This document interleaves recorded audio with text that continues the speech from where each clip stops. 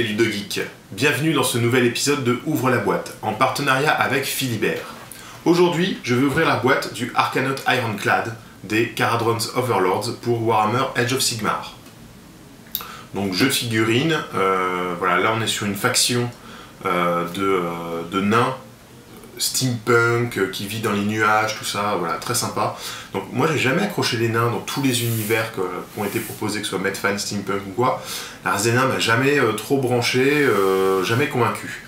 Là je dois dire que ça me plaît bien. Ils ont des équipements vraiment chouettes, ils ont des combinaisons pas spatiales, mais voilà, pour les haute altitude, et ils ont des bateaux volants, alors ça j'adore, voilà, ils sont vraiment très très chouettes leurs bateaux volants. Donc là c'est le Arkanaut Ironclad, c'est le vaisseau amiral de leur flotte, donc vraiment la plus grosse pièce qu'il y a actuellement dans la gamme des Kharadron's Overlords. Donc voilà, on peut voir hein, au dos quand même, il est très très chouette. Il y a plusieurs façons de l'assembler, notamment l'arme principale, hein, il y a 3 canons, il y a plein de petits personnages, il y a le navigateur, il y a le Aetheric Navigateur, les membres d'équipage classiques. Voilà, ça a l'air très très sympa, les Endrin Rigger, donc qui prennent soin des Endrin là, qui sont là, donc c'est les grosses sphères qui permettent au bateau de voler. Donc voilà. Donc moi ça va être la première fois que je vais ouvrir une figurine de la gamme Age of Sigmar, puisque jusque là toutes les figurines que j'ai faites étant des morts-vivants, en fait datées de Warhammer Battle V8, avec juste une boîte aux couleurs de Age of Sigmar, mais c'était des anciennes figurines. Donc là, voilà, je suis sur du tout neuf, c'est la première fois, donc voilà, on va voir ce que ça donne, mais je suis très impatient. Voici donc la boîte du Arkanaut Ironclad. Donc j'aime beaucoup leur design en fait pour Age of Sigmar, voilà, ce blanc avec un petit effet quand même parcheminé, et la bande noire en bas avec juste Age of Sigmar, le nombre de figurines qu'il y a dans la boîte. Alors ça me fait marrer quand je vois une citadelle miniature, un truc aussi énorme, voilà. Donc bon, très propre, hein, voilà, c'est vraiment très chouette. Donc là les différentes options d'assemblage qu'on peut avoir avec le vaisseau, et des petits codes couleurs en fait, voilà, si on veut, en même temps qu'on achète la boîte, on peut acheter les couleurs correspondantes pour refaire ce schéma là. Ça c'est plutôt pas mal. Voilà, donc même sur la tranche, hein, il est très sympa. Et puis bon, les informations légales en dessous, voilà. Alors j'ai découvert un petit truc, moi ça m'a fait marrer. Voilà, c'est sur la petite languette. Alors est-ce qu'on peut... Voilà, si je le mets là comme ça... Voilà, donc sur la petite languette, il y a le logo des Kharadron Overlords. Alors ça j'ai trouvé super, quoi, l'espèce de petits trucs cachés, quoi. Voilà. C'est donc une bien jolie boîte, mais en attendant, qu'est-ce qu'il y a à l'intérieur? On va tout de suite voir. Donc leur boîte désormais, voilà, se présente comme ça. Donc c'est un casier hein, qu'on va tirer de la boîte principale. Et donc on trouve un livret. Alors déjà, le livret, moi j'étais assez impressionné. C'est quand même un livret en couleur. Donc là, très belle présentation de l'Ironclad. Et donc les notices d'assemblage ont l'air très détaillées, et surtout montrent des éléments en couleur, voilà, pour bien identifier les pièces dont on doit s'occuper. Donc je trouve ça vraiment très chouette. Voilà, ça fait penser aux guides d'assemblage de Lego qui sont ultra précis et très bien pensés. Voilà, là on a ne pas mettre la colle ici, voilà, donc c'est très intéressant. Option d'assemblage, voilà, c'est ici. Et en vert, vous avez l'option d'assemblage, et donc il vous dit quel canon vous pouvez mettre, voilà, et ce que ça donne en fait au niveau design. Donc c'est très chouette ça. Il y a différents tuyaux, des vues sous plusieurs angles. Là c'est très intéressant d'avoir l'élément vu sous plusieurs angles pour savoir comment accrocher les tuyères et compagnie. Donc là on a quand même un livret par les papiers glacés forts et tout. Je suis assez impressionné par la qualité du livret en fait, pour un truc qui, une fois qu'on l'a utilisé, une fois qu'on a monté, bon, il ne reste plus grand chose, quoi. Il y a des petits éléments là en vert, des petits éléments optionnels, et on a même une photo peinte là. Et enfin, comme c'est la norme maintenant pour Warhammer Age of Sigmar, il y a le profil de la figurine à l'intérieur. Donc là, on a le profil et ses caractéristiques en anglais. Et ensuite, on a les effets, en fait, les effets de jeu, et cette partie-là, qui est reprise et qui est traduite en plusieurs langues. Puisque le profil lui-même, hein, cette grille, elle n'est pas traduite. Donc on a vraiment que le texte ici qui est traduit, et donc on va avoir en plusieurs langues. Donc le français, espagnol, allemand, italien, et au dos, on a voilà, des gros plans déjà de certains éléments là, du vaisseau, et on a le code de peinture en fait pour peindre. Donc ça c'est vraiment très chouette. Je reviendrai plus tard sur son effet en termes de jeu, mais il a l'air très très chouette, hein. Il a des très bonnes caractéristiques. Alors à l'intérieur, on va avoir plusieurs grappes, donc je crois qu'il y en a 3. Elles sont assez imposantes, parce que c'est quand même les grosses pièces. Là on a des demi-coques, là on a les Endrin, et puis là c'est surtout l'équipage, quoi. Donc on a quand même des grosses pièces.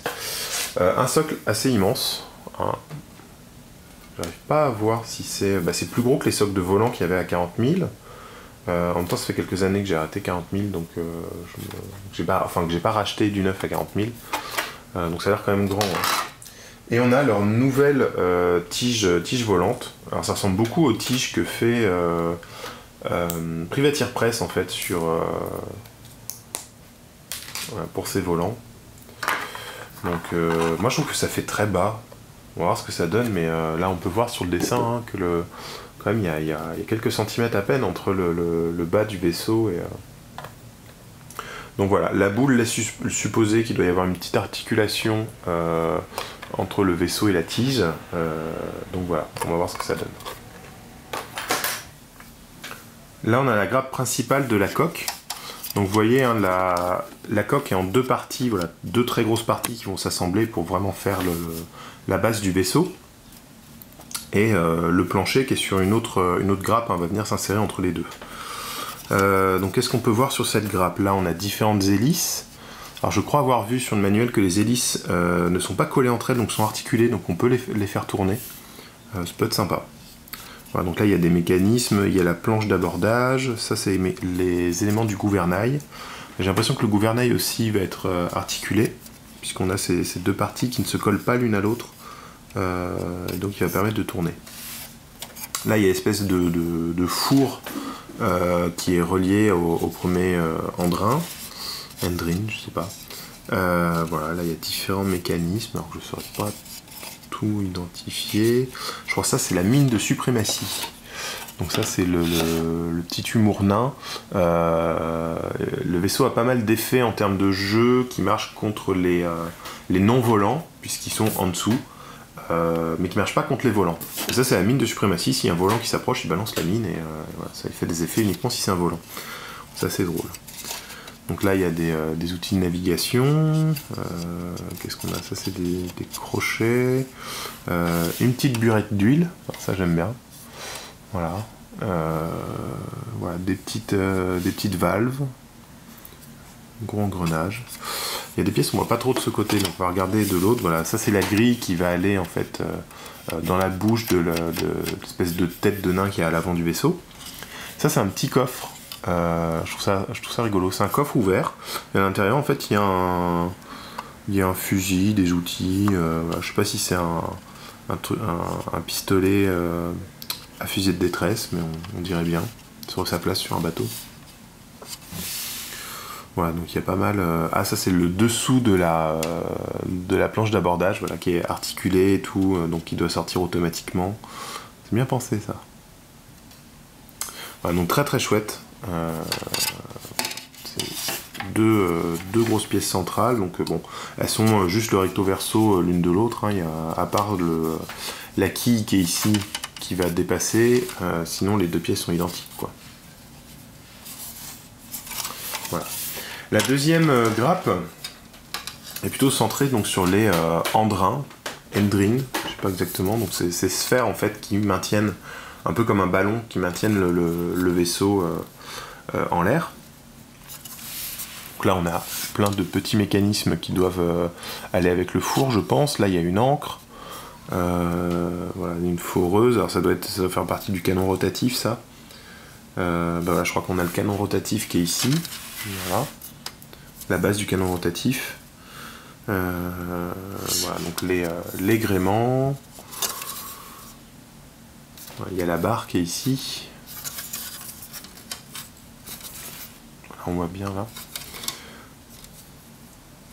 Et alors il y a... Ah oui, voilà, ces deux là en fait s'assemblent et du coup ici ça fait une vigie en fait sur laquelle va y avoir le navigateur.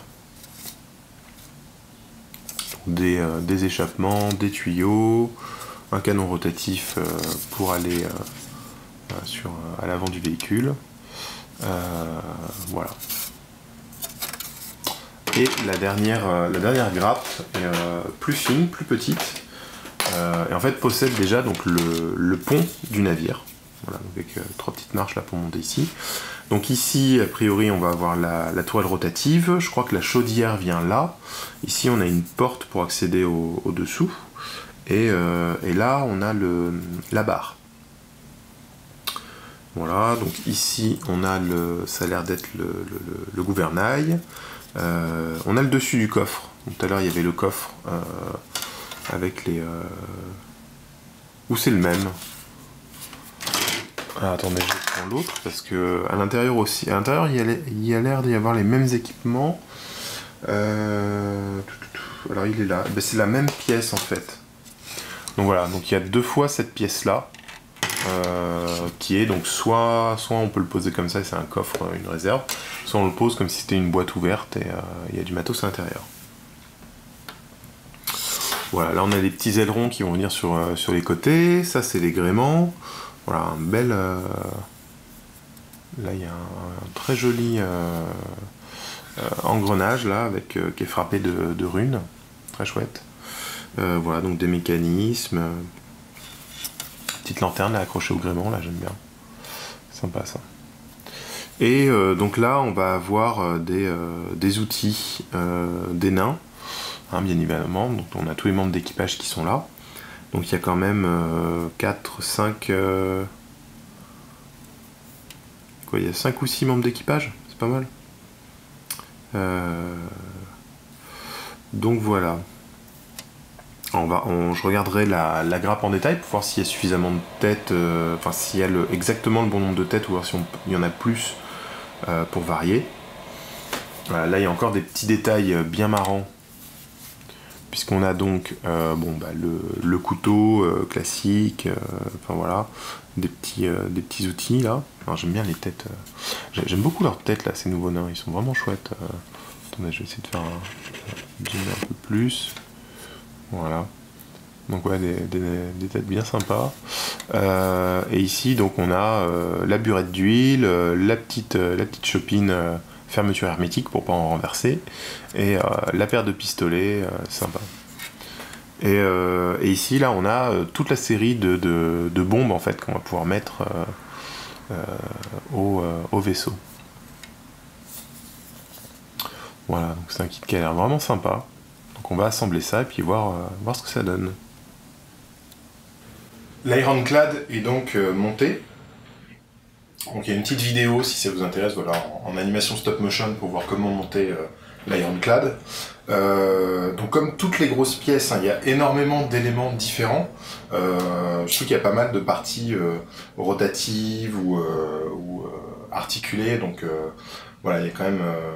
c'est un peu complexe à monter, mais le livret de montage est vraiment très bien fait. Là, ça fait longtemps que j'avais pas acheté du nouveau Games Workshop, et je dois dire que leurs livrets sont vraiment très très bien faits. J'ai été vraiment impressionné par la qualité même du livret et des explications en fait. Voilà, c'est du niveau de Lego, hein, la consigne de montage. Hein. Enfin, perso, je connais pas de consigne de montage qui soit aussi simple, efficace et ordonné et compréhensible que les montages de Lego. Même Ikea, c'est pas aussi bien, quoi. Donc là, on a quand même quelque chose, voilà, qui se rapproche de Lego, avec des parties qui seront en couleur pour expliquer vraiment où ça va, des petits logos ne pas coller, etc. Voilà, donc c'est très intéressant. Il y a plein de petites choses articulées sur le vaisseau lui-même. Et voilà, donc j'ai pas tout collé. Notamment, voilà, j'ai pas encore choisi l'équipement, et en plus ça va peut-être être aimanté là, le canon à l'avant. J'ai pas collé les membres d'équipage pour pouvoir les peindre plus facilement à côté. Et j'ai pas collé tous les petits accessoires en fait qu'on peut rajouter. Donc il y a des caisses de munitions, etc. qu'on va voir après. Donc voilà la maquette en détail. Donc vraiment une très très belle pièce, bourrée de détails. Ça va être un... Donc voilà. Donc comme j'expliquais, hein, j'ai pas collé les membres d'équipage. Donc là on a l'artilleur. Alors, on va faire un petit zoom comme ça sur cette pièce-là. Voilà, donc l'artilleur, qui est une pièce assez simple, hein, mais bon, c'est un artilleur, il est derrière sa verrière, hein, si on regarde ici sur la... Donc voilà, donc il y a tout cet élément-là. Donc ça qui peut tourner. Voilà, c'est un peu dur. Mais on peut orienter la tourelle comme on veut. Voilà. Le canon hein, qui va de haut en bas, donc ça c'est à coller entre les mains de l'artilleur. Et il y a donc là j'ai mis de la pâte à fixe, mais il y a donc ce canon qu'on peut modifier. Donc il y a 3 types de canons différents.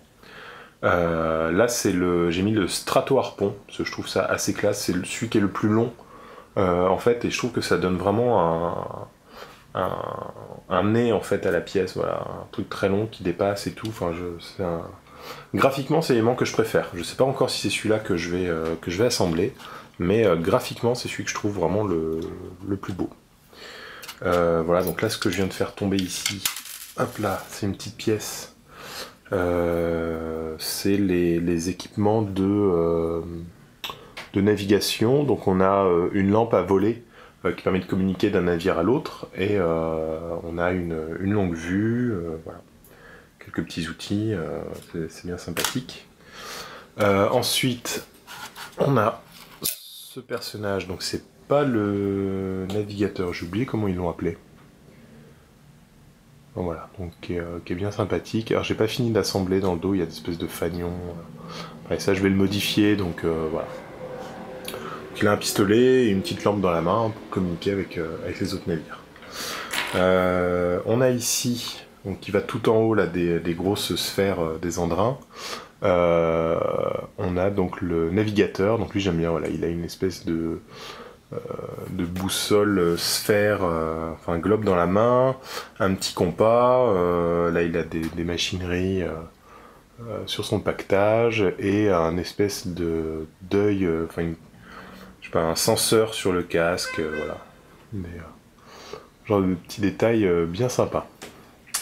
Et pour compléter membre d'équipage, on a ici, ah bah oui je l'ai pas collé non plus, donc alors celui-là, le capitaine en fait il a directement, voilà, une chaîne qui est reliée au dirigeable, donc un peu façon bateau à vapeur, hein, voilà, il peut tirer sur la chaîne genre voilà, et une main sur la barre tout simplement. Voilà, donc il y a un équipement, voilà, il y a une épée qu'on peut lui mettre à la ceinture. Bon, moi j'ai pas souhaité lui mettre, je trouvais que ça surchargeait. Moi j'aime bien les personnages qui sont pas forcément guerriers, voilà. Donc là c'est le capitaine. On se doute que s'il y a un abordage sur l'Arcanote Ironclad, voilà, il va vite trouver une arme qui est cachée derrière le truc et tout. Mais j'aimais pas le fait que la figurine le porte sur elle. Et donc le dernier membre d'équipage, c'est un Andriner. Voilà, qui est censé être en train de réparer le bateau. Donc là il a une espèce de clouteuse, je sais pas. Voilà, et donc là j'ai pas trop assemblé la figue, parce qu'il y a plusieurs parties, donc il y a une petite partie articulée comme ça qui vient se coller sur l'avant de son abdomen, et en fait la partie en face va se coller directement sur le vaisseau. Donc c'est pour le placer un peu où on veut sur la coque. Et en fait voilà, il a un petit harnais, je sais pas si c'est un harnais c'est vissé ou si c'est un harnais aimanté et tout, voilà, pour aller sur la coque. Comme ça il peut travailler directement sur la coque du vaisseau pendant que le vaisseau est en service. Donc là ouais, je pense que c'est une clouteuse ce pistolet là. On voit qu'il a quelques outils à la ceinture, voilà, des clés, une petite scie, un poinçon. Et on peut lui rajouter voilà, ce petit... j'aime bien. Ce petit outil, on va essayer de... La mise au point dessus, c'est pas facile. Hop là, je vais le faire tomber. Donc une espèce de... une perceuse, voilà. Donc on peut lui attacher à la ceinture, j'aime bien, c'est rigolo. Et donc là, je l'ai pas assemblé entièrement, puisqu'en fait, son autre bras, je vais le garder pour un autre projet. C'est un bras qui tient un pinceau. Et je trouve ça assez drôle, et du coup, je me le réserve pour un autre projet. Voilà. Dans les accessoires, on a aussi la mine de suprématie. Donc c'est une grosse mine comme ça qui est à côté du capitaine, et donc il suffit de la pousser pour la laisser tomber. Voilà, là c'est juste pâte à fixer hein, pour la présentation. Voilà, qui se met donc à l'arrière là du vaisseau. Au niveau du vaisseau lui-même, alors on a ça j'adore, je suis quand même super fan de ce genre de détails. Alors est-ce qu'on est toujours dans du jeu, de la figurine, ou est-ce qu'on est dans du jouet? Mais moi j'adore, voilà, les canons rotatifs qu'on peut vraiment faire tourner. Je trouve ça très très fun. Voilà, c'est vraiment marrant. On a ici les hélices, voilà, qui sont toutes libres en fait sur leur axe, hein, donc on peut les faire tourner. Et là, alors moi j'ai eu un petit problème à l'assemblage, donc il le fait pas entièrement, mais voilà, on a le gouvernail qui tourne aussi, et on a en dessous, alors ça c'est pas mal fait aussi, vous voyez, il y a le petit engrenage qui est là, et du coup, voilà, bon moi il s'enclenche pas bien, mais du coup le gouvernail tourne avec cet engrenage là. Voilà, ça c'est vraiment pas mal du tout, quoi, c'est bien pensé, et c'est très fun, voilà, j'aime beaucoup. Donc pas mal de parties articulées. Alors le vaisseau est censé aussi être articulé sur sa tige, hein, c'est une rotule pour pouvoir placer un peu comme on veut. Vu le poids du bestiau, j'ai préféré le coller, hein, voilà, donc là il est fixé, mais a priori vous pouvez, voilà, donc j'ai pas collé non plus les petites bombes pour pouvoir les peindre à part, donc là elles sont en train de tomber puisque c'est par là que je le tiens. Voilà, donc c'est une belle pièce, je trouve, vraiment, vraiment très sympa. Vraiment steampunk. Depuis pas mal d'années, on entendait des rumeurs sur le steampunk chez Games, et là, ça y est, ça arrive avec donc les Caradron Overlords. Voilà. Et c'est bourré de détails, voilà, la pièce est vraiment hyper intéressante. Ah oui, il y a le petit, ça c'est sympa aussi, voilà, le petit pont d'abordage, pareil, donc là qui est collé à la pâte à fixe, et en fait c'est un système pour pouvoir le mettre dans n'importe quelle marche d'accès ici. Alors le mieux c'est de mettre à la plus haute, mais du coup vous pouvez choisir si vous mettez à bâbord ou à tribord. Et qu'est-ce qu'il y a d'autre? Ça, les petits réacteurs, au moment du collage, vous pouvez choisir dans quel sens les mettre. Donc comme il y avait sur les raiders et ravageurs Eldar Noir, hein, on pouvait... D'ailleurs, ils sont articulés sur les raiders et ravageurs Eldar Noir pour Warhammer 40 000. Donc les petits réacteurs en boule comme ça, vous pouvez choisir la direction, c'est sympa aussi. Au niveau des accessoires, donc on a par exemple voilà, le deuxième canon, qui est un canon rotatif. Et le troisième modèle de canon, c'est juste ce canon-là, qui est... Bon, d'ailleurs, je vais vous le montrer. C'est ce canon-là, en fait, où on va retirer, donc je n'ai pas collé exprès. Hop, on va retirer cette partie du harpon, et là on va avoir un canon avec voilà, un canon très classique avec une embouchure que je ne retrouve pas. Mince. Ah si, voilà, elle est là. Voilà, et donc c'est une embouchure voilà, classique de canon. Ça c'est un canon tout simple. Donc en fait, même si on fait un système aimanté, je pense que c'est un peu difficile. Le coût de cette pièce, bah, encore une fois, c'est bien pensé par Games Workshop pour ne pas être réutilisable au maximum. Hein. Mais le fait que ouais, ça s'emboîte dedans, etc. Ah bah en plus je viens de le casser, donc voilà. Voilà. Mais moi je vais sûrement faire le strato harpon parce que c'est quand même sympa. Puis la règle est rigolote en plus du strato harpon. Donc voici toute la série de petits accessoires qui sont fournis avec. voilà, qu'on peut mettre ou pas, hein, on choisit. Alors là on a toute la série des petites bombes. Voilà, donc il y en a trois, il y a 3 paires de bombes de chaque côté du vaisseau. Voilà, donc si je prends le vaisseau, hop, on voit, on a ici le... Hop là, mise au point, je suis trop près. Voilà, on a ici les emplacements des bombes. Et donc on va avoir, donc on n'a pas le choix hein, dans les bombes qu'on met. Il y a 3 paires qui sont toutes les 3 différentes, qui vont de chaque côté du vaisseau. Donc il y a, alors on peut regarder par exemple par rapport au profil, parce que je crois qu'il y a différents types de bombes. Voilà, donc il y a les forêts de détonation, donc a priori ça va être ceux-là, hein, puisque ils ont une forme voilà, de forêt tout simplement. Les bombes solde rancune. Alors, lesquelles ça peut être? Ah non, parce qu'en fait c'est soit forêt de détonation, soit solde rancune. Donc a priori tout ça c'est des soldes rancune, il n'y a que ça qui est forêt de détonation. Voilà, pourquoi mettre différents designs de bombes? Bon, c'est sympa, hein, c'est le fun. Puisque sinon, donc la mine de suprématie qu'on avait déjà vue. Je suis en train de relire les équipements.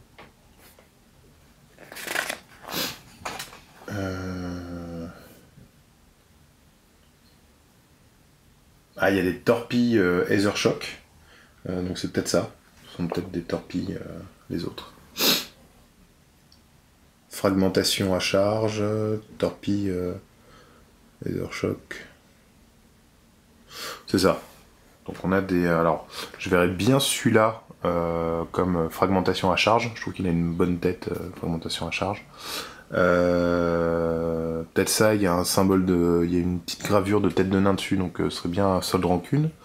Et donc celle-là avec la tête ronde, ce serait les torpilles Aethershock. Peut-être. Bon. Comme petit élément comme ça de déco sympa, on a des paires de pistolets comme ça. Donc il y a 2 paires de pistolets qui sont voilà, sur un petit rack hein, qu'on peut coller n'importe où sur la coque du vaisseau. On a des petites bières, hein, évidemment. Elles ont l'air d'être pressurisées en plus. Il y a un petit... Voilà, donc les petites chopines de bière. Alors, vous voyez mes gros doigts à côté, là, c'est vraiment tout petit. Donc pareil, 2 chopines. De toute façon, tous les aimants sont en double en fait. On a aussi des caisses... Hop là, je fais tout tomber avec mes gros doigts. On a voilà, des caisses d'équipement. Donc soit on la pose comme ça, voilà, c'est un petit coffre. Vous voyez, on peut la poser comme ça, ou alors on la retourne et l'intérieur est sculpté avec un pistolet. Alors ça me fait marrer, on dirait un pistolet pistolet d'urgence là pour envoyer les fusées de détresse. Puis il y a quelques outils dedans, voilà, très sympathique. Donc pareil, hein, toujours en double. Et on a les petites pipettes d'huile. Voilà, petit arrosoir. Si vous voulez faire un diorama de jardin avec des nains, c'est parfait. Voilà, la petite pipette. Toujours en double. Un ensemble de parchemins. Donc ça, a priori, ça va avec le navigateur qui est au sommet de l'Andrin. Voilà, il a des parchemins avec lui, des cartes pour lire les directions. Et enfin, donc j'en parlais tout à l'heure, l'épée du capitaine. Donc je trouve vraiment toute petite en fait par rapport au standard de Games Workshop. Donc voilà, alors qu'on se dit que c'est quand même le capitaine de ce vaisseau, il aurait pu avoir un truc pour se la péter un peu. On en vient donc au livret. Donc voilà, on n'est plus à l'époque du livret noir et blanc tout dégueu qui était fourni vite fait dans la boîte. On a quand même une très belle photo de la maquette peinte avec bon, la typo Age of Sigmar, voilà, toutes les infos.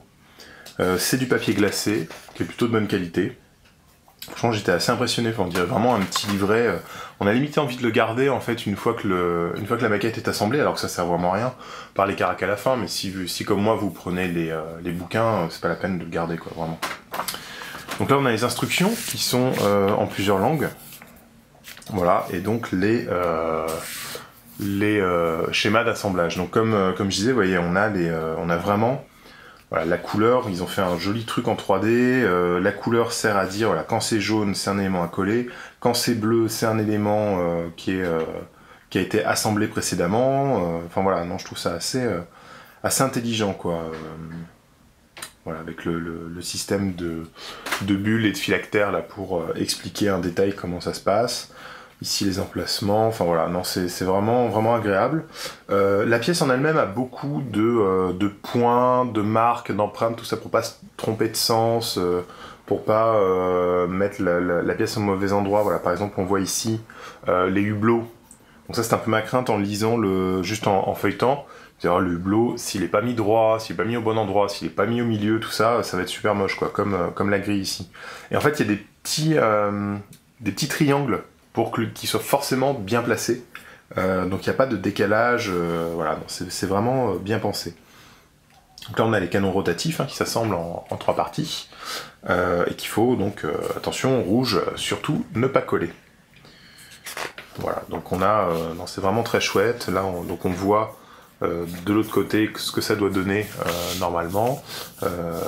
Donc ouais, le code couleur est vraiment intéressant, c'est très facile à assembler du coup, vraiment. Ça va très vite. Voilà, il y a le petit logo pour dire arrivé là, faut le peindre avant de le monter. Bon, moi j'ai tout monté pour pouvoir faire la vidéo en stop motion et pour pouvoir présenter dans cette vidéo-ci. Mais ouais, ce sont des bons conseils, mine de rien, de dire on s'arrête là, peignez toute la coque avant d'assembler les endrains, parce qu'à mon avis, là, comme j'ai monté le mien avec tous les endrains et tout, ça va être un peu galère.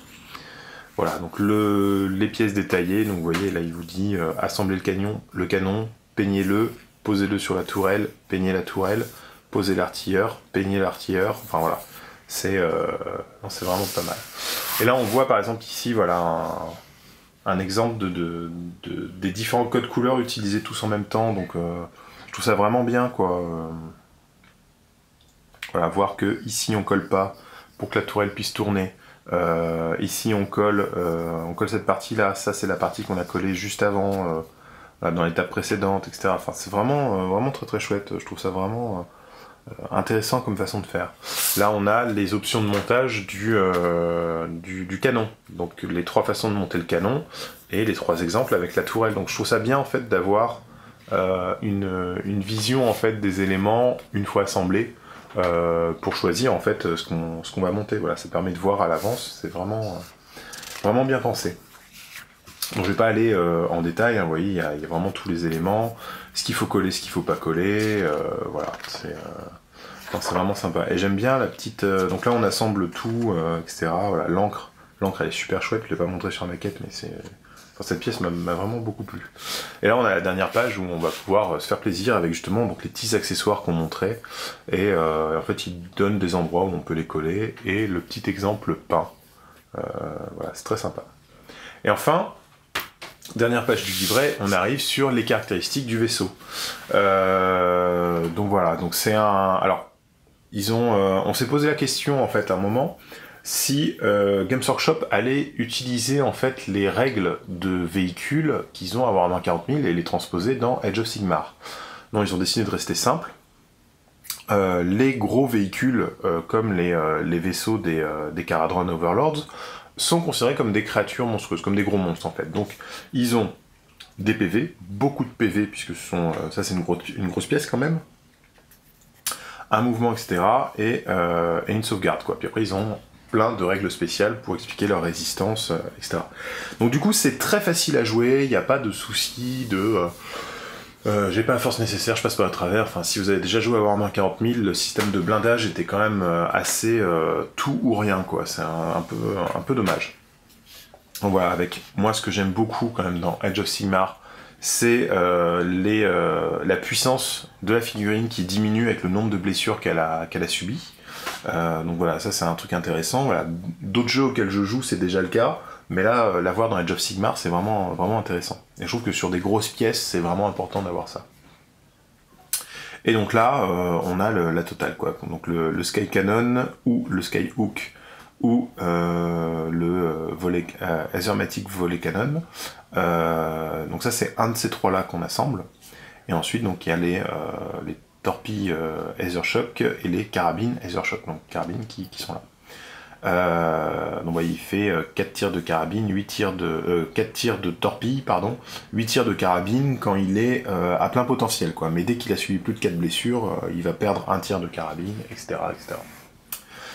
Au niveau de ses capacités spéciales, déjà il vole, hein, forcément, c'est un bateau volant. Ensuite, donc, il peut avoir un bonus de mouvement s'il y a un navigateur éthérique, etheric, je sais pas trop comment ça se dit. Si un navigateur est visible de la figurine. Alors ça, c'est le truc des Kharadron Overlords. Ils ont plein de bonus, ils se refilent des bonus les uns aux autres, s'ils sont visibles les uns des autres. Donc forcément avec une pièce comme ça qui surplombe le champ de bataille et tout, les figurines vont très facilement être visibles, donc ils vont très facilement obtenir de bonus. Donc voilà, mais faut pas oublier, faut pas se boucher soi-même les lignes de vue avec nos très grosses figurines, quoi. Voilà. Donc si l'Arcanaut Ironclad peut voir un éthérique Navigator, il avance d'un des 3 pouces supplémentaires. Donc il fait déjà 8 pouces de mouvement, c'est pas mal. Alors ça j'adore. Ça c'est sa capacité principale. C'est le plus gros vaisseau de la flotte des Kharadron Overlord, disponible en figurine, hein, j'entends. Donc c'est un peu un navire amiral, quoi. Et du coup, il a une compétence où il va avoir comme une capacité de héros, en fait. Donc à la phase de héros, vous allez pouvoir déclencher une capacité au choix parmi 3, et tous les vaisseaux qui ont donc la mention Sky Vessel, ayant une ligne de vue sur lui, vont gagner le bonus de cette capacité. Donc ça peut être faire plus de tirs, donc il va augmenter de 2 toutes les valeurs de tout le nombre d'attaques des carabines Aethermatic. Il va permettre d'avancer plus, il va permettre... enfin voilà, il a vraiment des capacités très marrantes. Voilà, il y a 4 capacités spéciales que je vous laisserai découvrir. Mais alors ce coup du coup, avoir un vaisseau qui devient un héros pour les vaisseaux, en fait. Je trouve ça vraiment super sympa, quoi. Cette espèce de trait de commandement, mais qui ne concerne uniquement que les vaisseaux. Alors si vous avez plusieurs Arcanaut Ironclad, il n'y en a qu'un seul qui peut donner cette capacité aux autres vaisseaux. Il y a un seul vaisseau amiral, donc à vous de choisir. Mais ça peut changer d'un tour sur l'autre, quel vaisseau le donne. Donc forcément, comme les vaisseaux de transport des Kharadron Overlord, hein, il peut embarquer et débarquer des unités. Donc il peut embarquer et débarquer des unités ayant le mot-clé Skyfarer. Donc Skyfarer, c'est le mot-clé de toutes les unités d'infanterie des Kharadron Overlord. Il balance des bombes, il a plein de trucs. Alors voilà, pourquoi est-ce que moi j'aime bien le harpon, le lance-harpon, c'est que du coup il peut, s'il touche la cible, il peut avancer vers la cible d'un des 6 pouces. Alors ça c'est drôle, quoi.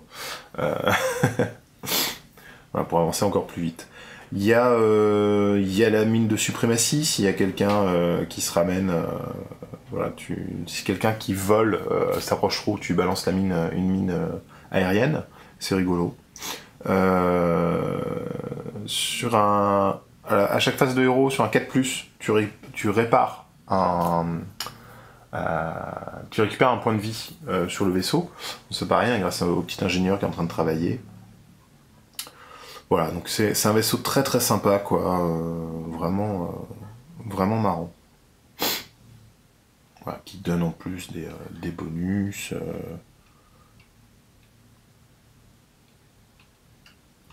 Ouais, qui a aussi une capacité de commandement valable pour les troupes,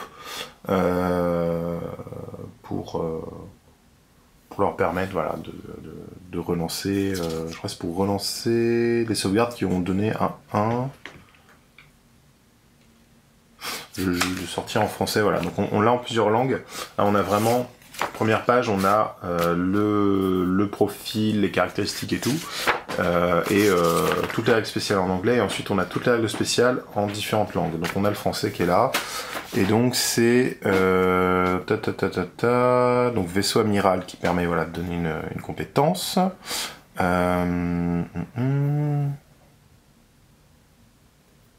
Voilà, il peut transporter jusqu'à 25 figurines Skyfarer. Sauf qu'au-delà de 20, il perd un point en mouvement par figurine. Donc c'est-à-dire si vous avez 25 figurines à l'intérieur, il bouge plus que de 3 pouces. Mais mine de rien, il bouge de 3 pouces, avec 25 mecs à l'intérieur. Il bouge de 3 pouces. Il voit un Azeric Navigator, il bouge d'un des 3 pouces supplémentaires. Il tire avec son harpon et il touche, il bouge d'un des 6 pouces supplémentaires dans cette direction. Donc, mine de rien, il y a quand même quelque chose, quoi. Bon, c'est sûr que 25, mais il y a 25 figurines dedans, quoi, quand même, ça peut être sympa. Ouais, donc, sa compétence, c'est à la phase de héros, avant qu'une unité débarque, on peut donner l'ordre fermer les écoutilles. Et dans ce cas, on peut rejeter les jets de 1 à la save de cette figurine jusqu'à la prochaine phase de héros. Mais aucune unité ne peut débarquer ni embarquer. En fait, il devient un espèce de tank. Voilà, il ferme les écoutilles, il se met en... peut-être qu'il s'éloigne ou quoi machin, et il devient beaucoup plus résistant, quoi. Donc mine de rien, il a aussi voilà, des attaques de corps à corps. Donc si on vient lui chercher des noises, il a les charges à fragmentation, donc quand même 2d6 attaques. 4+4+, bon, sans rend avec un dommage. Et les... alors, belaying valve, comment ils les traduisent en français? Les valves d'ancrage. Ah oui, je crois que c'est des armes de corps à corps dégâts, non? C'est pas ça de l'équipage. Donc 5 attaques à 4+4+, pareil, sans rend, sans rien. Bon. Histoire de pas se faire... de pas être totalement inefficace au corps à corps, quoi. Sachant qu'en plus de ça, donc il a les bombes, voilà, les forêts de détonation et les bombes sol de rancune, donc sympa. Et donc s'il se fait attaquer par des volants, la mine de suprématie pour paf sur 2+, tu prends 2d6 blessures mortelles parce que t'es un volant. Et il y a que moi qui ai le droit de voler. C'est bien un truc de nain, ça, voilà, de dire il y a que moi qui ai le droit de faire ça. Donc voilà, donc mine de rien, c'est un grosse pièce, hein, vraiment un truc majeur, qui est donc Behemoth, qui peut faire énormément d'attaques. C'est-à-dire que de base, il va quand même avoir 12 attaques de tir, plus soit une grosse attaque si on met un canon ou un harpon, soit 10 attaques avec le canon rotatif. Donc voilà, quoi. Selon ce qu'on choisit, ça peut être très très violent. Donc ouais, moi j'aime bien le Skyhook, en fait, donc le grand harpon. S'il a porté 24, il tire qu'une fois à 4+3+, certes, il fait moins 2 en range des 3 dommages, donc c'est pas le plus efficace. Mais une fois qu'on a tiré, on avance d'un des 6 pouces dans la direction de la cible. Donc ça, c'est un truc que je trouve très marrant pour le placement et tout. Bah, surtout si on est chargé avec des unités à l'intérieur, ça peut être chouette, quoi. Donc voilà, vraiment une très belle pièce centrale, en fait, pour une armée. C'est vraiment ça, tout l'intérêt de cette pièce est là. Énormément d'intérêt en termes de jeu, puisque c'est une grosse plateforme mobile, même si elle a que 8 en mouvement, en fait, avec les bonus qu'elle peut obtenir, voilà, c'est vraiment intéressant. Donc une grosse plateforme de tir mobile, très résistante, puisque save à 4+, peut relancer les 1 si elle se met en mode tank en fermant les écoutilles.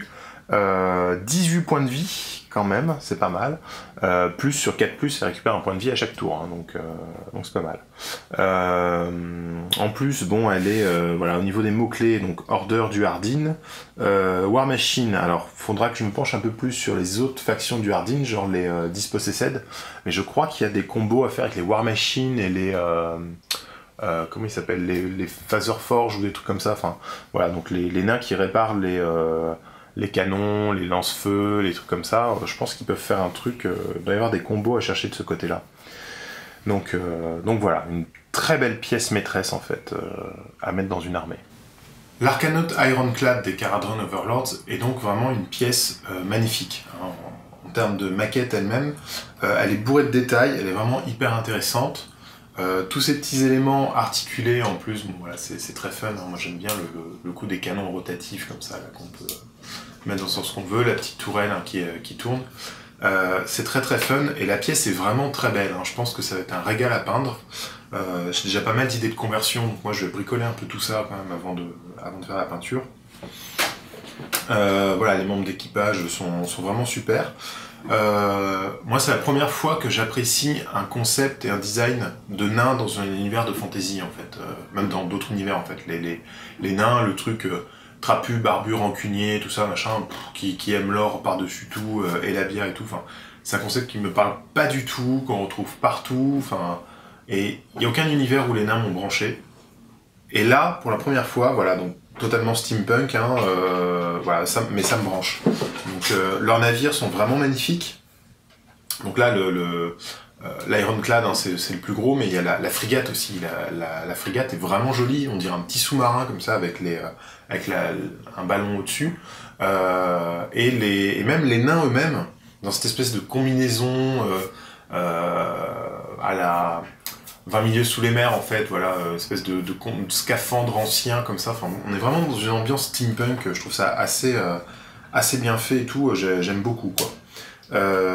En plus, bon, en dehors de purement Age of Sigmar, je pense que le kit regorge de petits détails et de petits trucs qui sont hyper intéressants pour du steampunk, soit pour faire du décor, pour faire du véhicule ou quoi. Donc vraiment très chouette. La gamme des Kharadron Overlords en fait est vraiment ce qu'il y a de plus steampunk dans l'univers Age of Sigmar. Et ça fait des années qu'on entend des rumeurs, surtout au niveau des sorties, dès qu'il y avait des sorties pour l'Empire ou pour les nains, qu'il y avait des rumeurs comme ça de steampunk qui arrivaient. Mais ce n'est que maintenant, voilà, ça y est, là on a du vrai steampunk, quoi. Et c'est vraiment pas mal. Donc si vous aimez bien les choses, voilà, les choses steampunk, les choses, le rétro-futur un peu, voilà, enfin, l'évolution technologique par un biais pseudo-magique là, puisqu'on est sur de laser or, donc une espèce de gaz qu'il y a dans le ciel, qui est converti, qui est raffiné pour devenir un métal, mais voilà, qui leur permet donc d'avoir des vaisseaux volants comme ça. Donc c'est vraiment super chouette, bon, le côté bateau et tout, voilà, vraiment j'adore. En termes de règles en plus, quelque chose de vraiment intéressant, donc comme je disais, hein, en termes de points et tout, c'est un behemoth qui vaut 440 points, donc c'est vraiment une pièce centrale dans une armée. Mais voilà, donc si alors, on peut en jouer plusieurs si on veut. Moi je vois vraiment comme un navire amiral, donc en jouer un seul avec une petite flottille, et plutôt prendre les petits qui tirent, j'ai oublié le nom, et les frégates à côté. Et vraiment avec la capacité de transport et tout, moi je le verrais bien avec l'amiral, une petite unité d'élite dedans et tout, et voilà, c'est un truc un peu sympa quoi. Mais vraiment en faire un... Enfin pour moi, déjà vu la taille de la figurine, vu son coût en points, c'est vraiment la pièce centrale d'une armée quoi, à mon avis. Il y a quelque chose de très chouette à faire avec ça. Donc voilà, donc j'espère que cette ouvre la boîte du Arkanaut Ironclad des Kharadron Overlord pour Age of Sigmar vous a plu. N'hésitez pas à liker, à partager, à me dire si ça vous a plu, si ça vous a pas plu, hein, laissez-moi des commentaires, voilà, je cherche à m'améliorer. S'il y a des choses que vous voulez voir, que ce soit des ouvre la boîte, que ce soit des sous les pinceaux, d'autres trucs ou quoi, voilà, n'hésitez pas à mettre ça en commentaire. Voilà, moi j'aime bien faire des vidéos comme ça, j'en ai plein en préparation, mais s'il y a des demandes spécifiques, voilà, je peux peut-être bosser dessus et tout. Voilà. Je tiens à remercier Philibert qui est partenaire pour cette vidéo, et voilà, vous dire que vraiment ce type de maquette est vraiment hyper agréable à monter, et je pense va être très très chouette à peindre, donc on verra ça, ce sera sans doute pas une vidéo pour la peinture, hein, donc n'hésitez pas à aller sur le blog aussi, hein, www.gregoric.wordpress.com, puisque sur le blog il y a tout ce qui est photos de figurines, descriptifs de conversion, descriptifs de produits aussi, enfin voilà. Donc tout ce qui passe pas en vidéo en fait c'est sur le blog. Donc je pense que quand il sera peint, voilà, les photos du coup seront sur le blog de la version peinte. Voilà, quoi ajouter de plus, bon, je sais pas si je me montrais une force de Kharadron Overlord, parce que pour l'instant je suis encore en train de bosser sur mes morts vivants pour Age of Sigmar, mais c'est vrai que pour la première fois, des nains m'intéressent. voilà, j'ai des idées de conversion, j'ai des idées de schéma de peinture, etc. Donc pour la première fois, j'ai envie de peindre du nain. Donc on va essayer de surfer sur cette envie qui est vraiment nouvelle. Et voilà. Donc je vous dis à bientôt. Et si vous avez aimé cette vidéo, n'hésitez pas à aller voir la vidéo It's Alive du Arkanote Ironclad, qui est donc le montage de la maquette en stop motion. Voilà, j'espère que ça vous plaira et que vous prendrez autant de plaisir que moi j'en ai pris à le faire. Allez, salut, à bientôt!